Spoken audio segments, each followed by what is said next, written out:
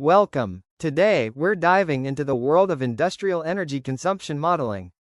Why does this matter? Well, the industrial sector accounts for a significant portion of global greenhouse gas emissions, about 30 to 40%. That means understanding and managing industrial energy use is crucial for both cost savings and environmental sustainability. In this video, we'll explore how a linear regression model was developed and validated using 48 months of real industrial and environmental data. We'll break down the methodology, discuss the key findings, and highlight practical recommendations for optimizing energy management in industry. Let's get started by setting the stage for why energy modeling is so important. Industrial energy modeling plays a vital role in managing operational costs and reducing environmental impact. Energy costs are a major operational expense for industries, and efficient management can lead to significant savings. Moreover, energy modeling helps predict consumption, identify cost-saving opportunities, and support sustainability efforts. By understanding the drivers of energy use, industries can make informed decisions that benefit both their bottom line and the planet. Now, let's look at the advantages of using linear regression for this purpose. Linear regression is a popular choice for industrial energy modeling due to its interpretability and computational efficiency. It's especially useful in measurement and verification processes, where clear, actionable insights are needed. The model can incorporate both operational variables, like units produced and working hours, and environmental factors such as temperature and humidity. However, to ensure the model's reliability, it's essential to rigorously validate its assumptions. Let's walk through the structured methodology used in this study. The model development followed a structured, empirical approach. Data was collected from a pharmaceutical plant in Morocco, covering 48 months of electrical and thermal energy use. The main operational predictors included units produced and worked hours, while environmental predictors were monthly temperature and relative humidity. The model was specified using ordinary least squares, OLS, regression. To ensure data quality, calibration and imputation techniques were applied, guaranteeing the dataset's accuracy before analysis. This foundation set the stage for robust statistical modeling. Let's break down the key variables used in the model. Operational predictors included the number of units produced and the total worked hours each month. Environmental predictors were the average monthly temperature and relative humidity. These variables were chosen because they directly influence energy consumption in industrial settings. By combining operational and environmental data, the model aimed to capture the full picture of what drives energy use in the plant. Data integrity is crucial for any statistical analysis. In this study, the researchers ensured the accuracy of the 48-month dataset through careful calibration and imputation. This process involved checking for missing or inconsistent values and correcting them as needed.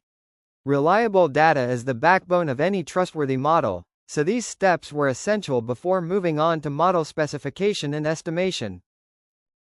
The model was specified as a linear regression equation. Energy consumption equals a baseline value plus coefficients for each predictor variable. Ordinary least squares, OLS, estimation was used to fit the model.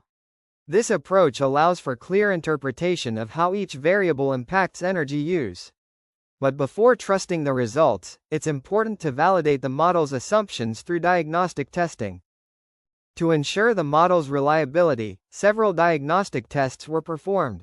These included checks for multicollinearity, autocorrelation, homoscedasticity, and normality of residuals. Each test serves a specific purpose. Multicollinearity checks if predictors are too closely related. Autocorrelation examines if residuals are independent over time. Homoscedasticity ensures constant error variance, and normality checks if residuals follow a normal distribution. Let's look at each test in more detail. The variance inflation factor, VIF, test was used to detect multicollinearity among the predictors. High multicollinearity can bias coefficient estimates and make interpretation difficult. In this study, all VIF values were below 3, indicating no significant multicollinearity. This means the predictors are sufficiently independent, and the model's estimates are reliable in this regard. The Durbin-Watson (DW) test was applied to check for autocorrelation in the residuals. Autocorrelation can indicate that important patterns in the data are not being captured by the model. The DW statistic was 1.96, very close to the ideal value of 2, suggesting that residuals are independent over time. This supports the validity of the regression results and confirms that the model adequately captures the underlying data patterns. The Bruch-Pagan test was used to verify the assumption of homoscedasticity, or constant variance of residuals. The test statistic was 4.06, well below the critical value of 9.49, so the null hypothesis of homoscedasticity was not rejected. This means the model's residuals have constant variance, leading to efficient standard error estimates and reliable confidence intervals. Normality of residuals is important for valid statistical inference. Graphical analysis showed that 93.75% of residuals were within plus or minus 2 standard deviations, but 6.25% exceeded this range. This suggests some deviation from normality, which could affect the reliability of hypothesis tests and confidence intervals. Let's see how this was formally tested. The Kolmogorov-Smirnov (KS) test was used for a formal assessment of residual normality. The test statistic was 0.973, much higher than the critical value of 0.1963, leading to rejection of the normality assumption. This means the residuals are not perfectly normal, which may limit the reliability of some statistical inferences drawn from the model. To sum up the diagnostic tests, there was no significant multicollinearity, no autocorrelation, and homoscedasticity was confirmed. However, the residuals did not follow a normal distribution, which could impact the reliability of statistical inference. Overall, the model is robust, but some caution is needed when interpreting certain results. Analyzing the monthly data revealed a strong positive correlation between energy consumption, units produced, and worked hours. This means that as production and operational activity increase, so does energy use. However, there were predictable seasonal dips in July and August, likely due to planned holidays or maintenance shutdowns. These trends highlight the importance of considering both operational and seasonal factors in energy modeling. Over the 4-year period, units produced increased at a steeper rate than energy consumption. This indicates partial decoupling and reflects operational improvements and energy efficiency gains.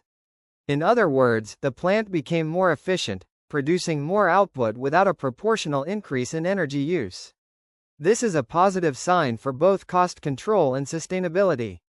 The study also examined the effects of temperature and humidity on energy consumption. There was a strong inverse correlation between temperature and energy use. Colder months saw higher energy consumption due to increased heating demand. Humidity showed a weaker positive correlation, likely reflecting additional climate control requirements. However, operational shutdowns, especially in August, had a more pronounced impact than environmental factors. While visual patterns suggested correlations between environmental factors and energy use, statistical tests did not always confirm these relationships. This highlights the importance of rigorous validation and not relying solely on visual trends. It's essential to separate operational influences, like planned shutdowns, from environmental effects to accurately model energy consumption. The linear regression model explained about 60% of the variance in energy consumption. The most significant predictor was units produced, followed by temperature. Relative humidity and worked hours were not statistically significant in this model. This means that production volume and external temperature are the primary drivers of energy use in this industrial setting. Let's look at the coefficients. Units produced had a highly significant positive effect on energy consumption, with a p-value less than 0.00001. Temperature was also significant, while relative humidity and worked hours were not. The intercept represented the baseline energy use. These results help prioritize which factors to focus on for energy management. The VIF analysis confirmed that all predictors had low multicollinearity. Units produced and worked hours both had VIF values around 2, while temperature and humidity were even lower. This means the model's estimates are stable and not distorted by overlapping information among predictors. The Durbin-Watson test result of 1.96 confirmed that there was no significant autocorrelation in the residuals. This means the model's predictions are not systematically biased over time, and the regression coefficients can be trusted for inference and decision-making. The Bruch-Pagan test confirmed that the residuals had constant variance, a key assumption for valid OLS inference. This supports the reliability of standard errors, confidence intervals, and hypothesis tests derived from the model. Despite passing most diagnostic tests, the model's residuals did not meet the normality assumption. This was confirmed by both graphical analysis and the Kolmogorov-Smirnov test. While this doesn't invalidate the model, it does mean that some caution is needed when interpreting statistical inferences, such as p-values and confidence intervals. Here's a quick summary. No significant multicollinearity, no autocorrelation, homoscedasticity confirmed, but residuals are non-normal. This means the model is generally robust, but improvements could be made to address the normality issue for even more reliable inference. The main drivers of industrial energy consumption were production volume and external temperature.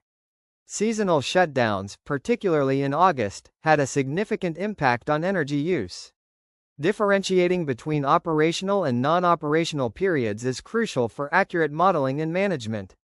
To further enhance model accuracy, the study recommends using robust standard errors, applying variable transformations or outlier treatment, and exploring nonlinear or machine learning models.